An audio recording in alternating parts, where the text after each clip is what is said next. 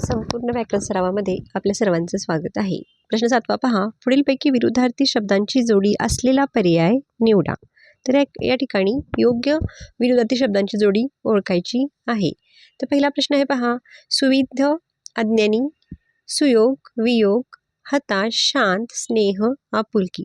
तर या ठिकाणी आपण हताशच्या विरुद्ध होणार आहे उत्साही, स्नेहच्या विरुद्ध होणार आहे द्वेष, सुयोगच्या विरुद्ध होणार आहे कुयोग आणि या ठिकाणी जी योग्य जोडी दिलेली आहे ती आहे सुविध विरुद्ध अज्ञानी ही योग्य जोडी दिलेली आहे. कारण बाकीचे सर्व मी विरुद्धार्थी शब्द येणारे तुम्हाला आता सांगितले आहे. सुयोगच्या विरुद्ध कुयोग, हताशच्या उत्साही, स्नेहाचं द्वेष.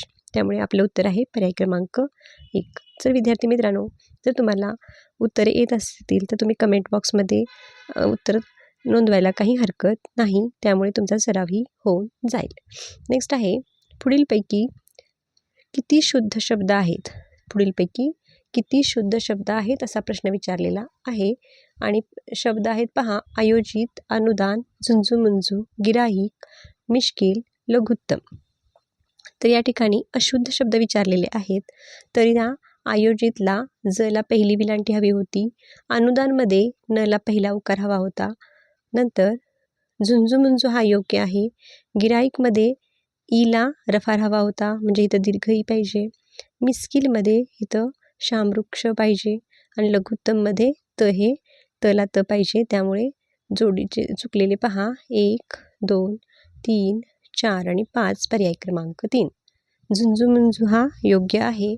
कारण अशा प्रकारच्या शब्दामध्ये पहिल्या शब्दाला जो म्हणजे अक्षराला जो उकार असतो तर ह्रस्व असतो आणि दुसरा दीर्घ असतो. तर यासाठी आणखीन शब्द इथं पण पाहू शकता.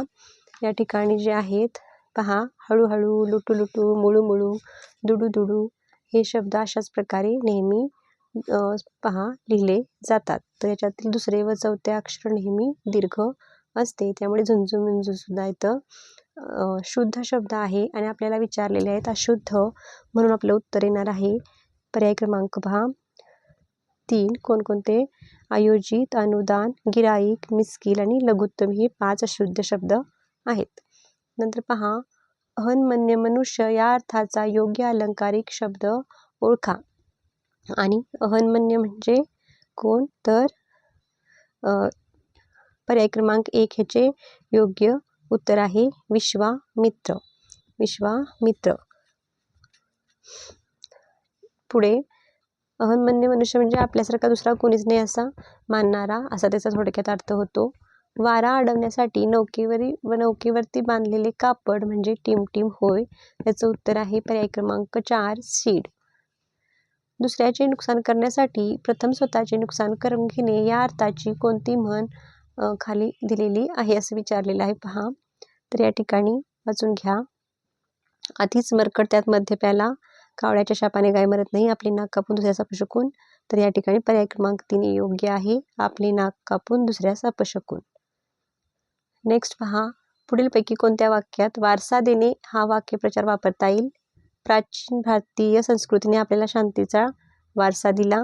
यंदा जून महिना उलटला तरी टिमटिम. गेली 10 वर्षे आमची शाळा पूर्ण जिल्ह्यात टिमटिम. आपले इतके ज्ञान कमवावे की आपल्या ज्ञानाचा समाजात टिमटिम. तर इथं योग्य पर्याय आहे पर्याय क्रमांक 1. प्राचीन भारतीय संस्कृतीने आपल्याला शांतीचा वारसा दिला. पुढीलपैकी किती शब्दांची सुरुवात तालव्य वर्णाने झाली आहे? तर पहा.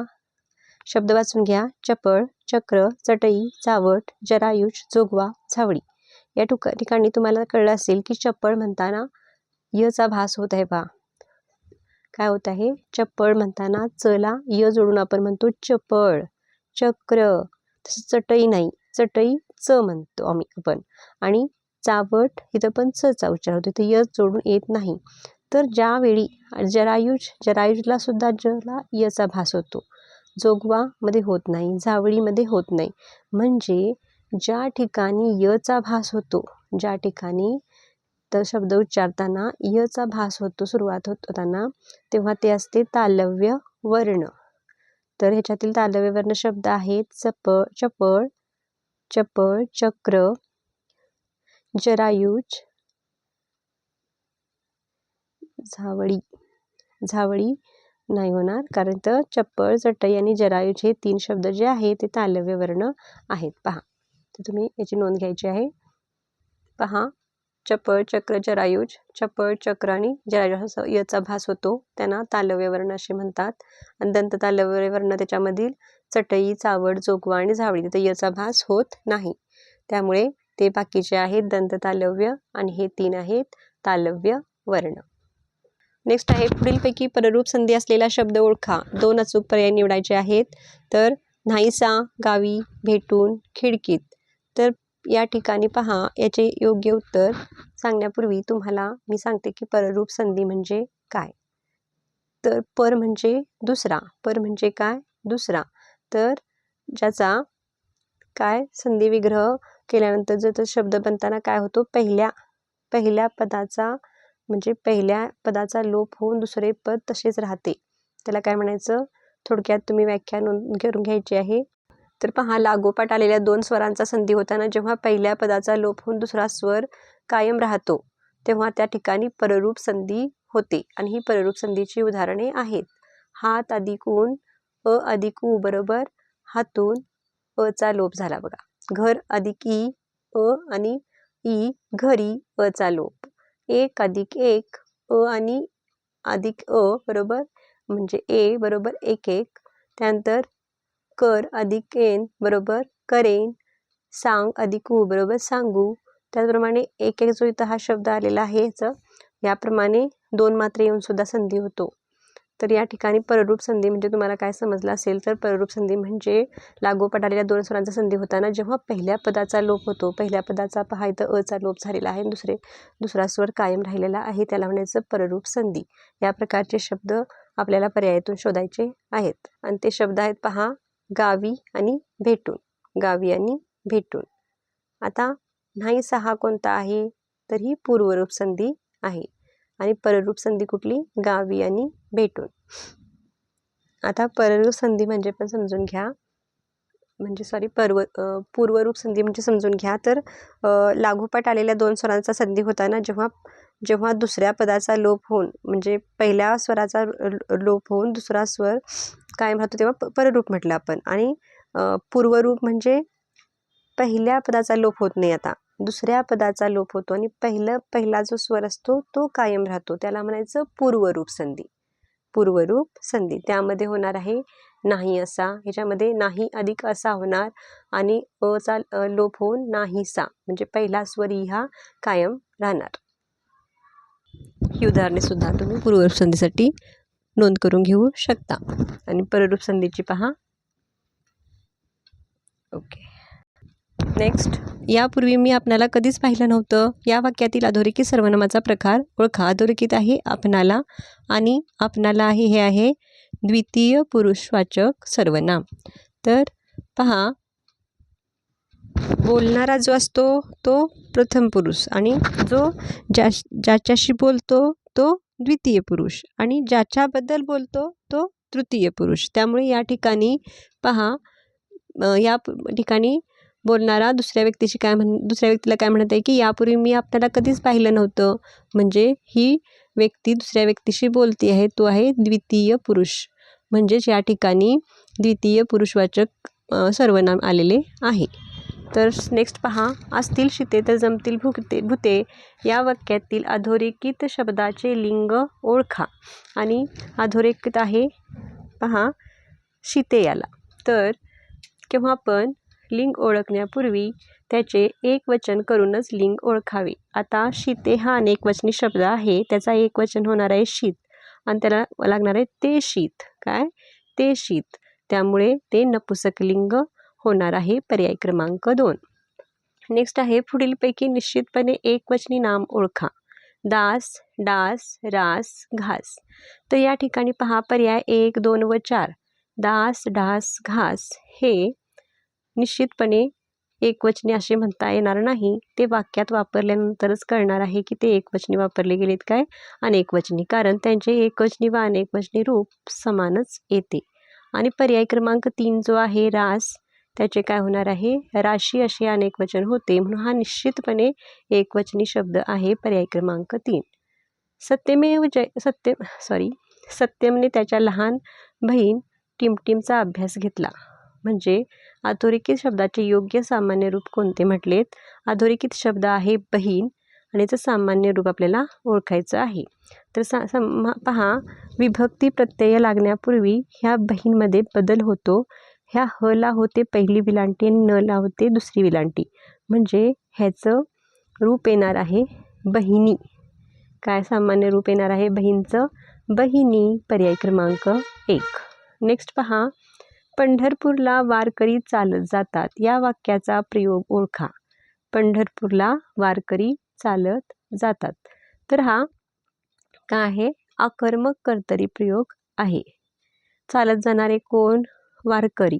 आणि चालत जाण्याची क्रिया कुणावर घडत आहे? वारकऱ्यावरच घडत आहे. त्यामुळे पर्याय क्रमांक 2 याचे योग्य उत्तर होणार आहे. मुलांनी आजोबांना पुन्हा पुन्हा तेच प्रश्न विचारले या वाक्याचा प्रकार ओळखा. तर हे केवल वाक्य आहे, कारण या ठिकाणी बाकीचे जे पर्याय आहेत आपल्याला माहीत आहे. संयुक्त वाक्यामध्ये उभयानं व्यव्ययानं जोडली जातात. मिश्र वाक्यामध्ये जर, तर, जेव्हा, तेव्हा, संकेतार्थीमध्ये अमुक केले तर तमुक होईल असे दिलेले असते. पुढे पहा, आई म्हणाली, दिनू, ए दिन्या, काय करतोस? तर या ठिकाणी किती विरामचिन्हे येतील? तर येणार आहे स्वल्पविराम, नंतर दुहेरी अवतरण चिन्ह, उद्गारवाचक चिन्ह आणि प्रश्नचिन्ह. म्हणजे किती झाली पहा, दुहेरी अवतरण चिन्ह, स्वल्पविराम, उद्गारवाचक चिन्ह आणि प्रश्नार्थक चिन्ह. म्हणजे पर्याय क्रमांक 2 4 विरामचिन्हे येतील. पुढीलपैकी रीती वर्तमान काळाचे वाक्य कोणते? तर रीती वर्तमान काळ म्हणजे काय, किंवा रीती काळच पहिल्यांदा मी तुम्हाला सांगते. रीती काळ म्हणजे सवय, एखाद्याची सवय सांगितली जाते. तर या ठिकाणी पहा, पर्याय आहेत. शेतकरी शेतात राबतो, शेतकरी शेतात राबत असतो, शेतकरी शेतात राबत असे, शेतकरी शेतात राबत आहे. तर या ठिकाणी शेतकरी शेतात राबत असतो म्हणजे शेतकऱ्याला शेतात राबण्याची काय आहे? सवय आहे. म्हणजेच या ठिकाणी ह्याचं योग्य उत्तर येणार आहे पर्याय क्रमांक 2. आणखी उदाहरणे पाहायची असेल तर निधी निबंध लिहित असते, निधी निबंध लिहित असते हे सुद्धा रीती वर्तमान काळ. म्हणजे त्या व्यक्तीची ती सवय सांगितली जाते. पुढे बघा, नदीच्या किनारी नदीला म्हणावे, तुझे पूर माझ्या नसातून यावे, हे कोणत्या वृत्ताचे उदाहरण आहे? तर या ठिकाणी आपण जर पहिल्या ह्याच्यातील अक्षरांची संख्या पाहिली तर पहा, 9, 10, 11, 12 अक्षरे आहेत. तर ह्याच्यावरूनच आपण ओळखू शकतो की हे भुजंग प्रयात वृत्त आहे. या ठिकाणी आपण फक्त अक्षरांची संख्या जरी आपल्याला माहीत असली तर आपण वृत्त ओळखू शकतो. या ठिकाणी पहा, भुजंग प्रयात वृत्तात 12 अक्षरे असतात, वसंत तिलकामध्ये 14 अक्षरे असतात आणि मालिनीमध्ये 15 अक्षरे असतात. पहा, 1 2 3 4 5 6 7 8 9 10 11 12 13 14 15. तर या अक्षरांच्या संख्येवरून आपण ते वृत्त ओळखू शकतो. नेक्स्ट क्वेश्चन आहे, रहाट गाडगे हे विनोदी पुस्तक कोणाचे? पर्याय आहेत पु ल देशपांडे, राम गणेश गडकरी, ची.वी. जोशी आणि चौथा पर्याय आहे प्र के अत्रे. तर उत्तर नोंदवा, तोपर्यंत मी तुम्हाला सांगते. पहा, चौथा पर्याय जो आहे प्र के अत्रे यांची पुस्तके आपण पाहत आहोत. तर यांना विडंबन काव्याचे जनक म्हणून ओळखले जाते. त्यांचे काव्य आहे झेंडूचे फुले, विडंबन काव्य, कविता आणि नाटक. पहा, साष्टांग नमस्कार, घराबाहेर, ब्रह्माचा भोपळा, लग्नाची बेडी, उद्याचा संसार, जग काय म्हणेल, नंतर तो मी नव्हेच, बुवा तेथे बाया, डॉक्टर मी मंत्री झालो, प्रीती संगम, मोरूची मावशी आणि विनोदी लेकर आहे ब्रँडीची बाटली. तर हे प्रल्हाद केशवात्रेंचं काय आहे? साहित्य आहे. नेक्स्ट पाहूया पु ल देशपांडे यांचे साहित्य. तर पहा, नाटक होते काय? पहा, अंमलदार, सुंदर मी होणार, तुझं आहे तुझ्यापाशी, 3 पैशाचा तमाशा, ती फुलराणी, एक पात्री प्रयोग आहेत बटाट्याची चाळ, वाऱ्यावरची वरात, असामी, विनोदी लेखन आहे खोगीर भरती, नसती उठाठेव, बटाट्याची चाळ, हसवणूक, गोळाबेरीज, मराठी वाङ्मयाचा इतिहास आणि प्रवास वर्णने आहेत अपूर्वाई, पूर्वरंग, जावे त्यांच्या देशा. अशा प्रकारे हे पु ल देशपांडेंचं साहित्य आहे. खूप वेळा यावर सुद्धा प्रश्न विचारला गेला आहे. आता दुसरा पर्याय पाहू. राम गणेश गडकरी म्हणजेच पहा यांना गोविंदाग्रज म्हणून ओळखले जाते आणि विनोदी लेखन त्यांनी संपूर्ण बाळकराम म्हणजेच बाळकराम या नावाने केलेलं आहे. तर यांचे काव्य बघा वाघ वैजयंती, नाटक आहे प्रेम संन्यास, पुण्यप्रभाव, एकच प्याला, भावबंधन, राज संन्यास, ज्या पूर्ण राहिले, वेड्यांचा बाजार आणि विनोदी लेखन संपूर्ण बाळकराम. आणि आपला जो योग्य पर्याय आहे पर्याय क्रमांक 3 ची.वी. जोशी. तर यांची पुस्तके पहा. विनोदी लेखन आहे एरंडाचे गुराळ, वायफळाचा मळा, चिमणरावांचे चराट, स्टेशन मास्तर, रहाट गाडगे, चौथे चिमणराव, आणखी चिमणराव, ओसाडवाडीचे देव आणि गुंड्या भाऊ. आणि आपला योग्य पर्याय आता आपल्याला कळला असेल ची.वी. जोशी.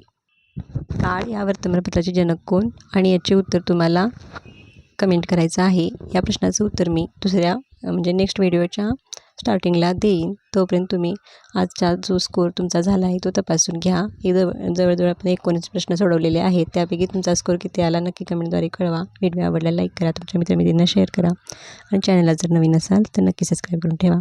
थँक्यू.